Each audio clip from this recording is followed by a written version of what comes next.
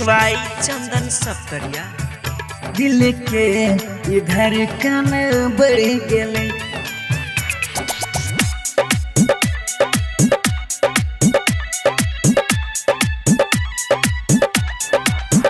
दिल के इधर कन बढ़ गेले,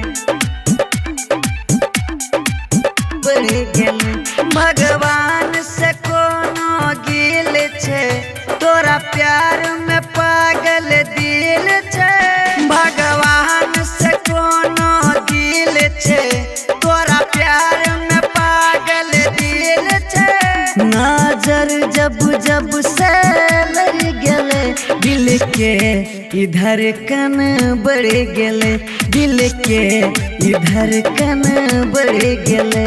नजर जब जब से लग गेले, दिल के इधर कन बढ़ गेले, दिल के इधर कन बढ़ गेले। Music by DJ Umesh, Shukipur बाजार।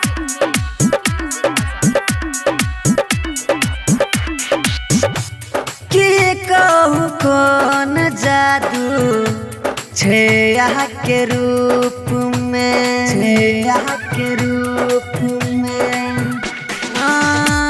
तोरा देखे खातिर निकले छी धूप में, पिए छी नशा लग जाए छे। दिल के इधर कन बढ़ गेले, दिल के इधर कन बढ़ गेले। नहीं पिए छी नशा लग जाए छे, दिल के इधर कन बढ़ गेले,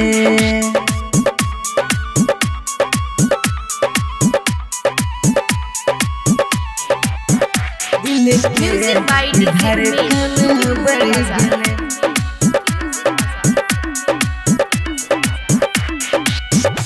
सुतै छी नींद न हमरा आबै छै रात में, आबै छै रात में।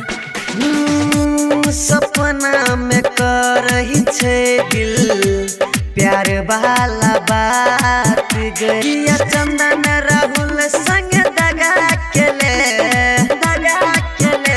दिल के इधर कन बढ़ गेले, दिल के इधर कन बढ़ गेले। किया चंदन राहुल संग दगा केले, दिल के इधर कन बढ़ गेले, बढ़ गेले।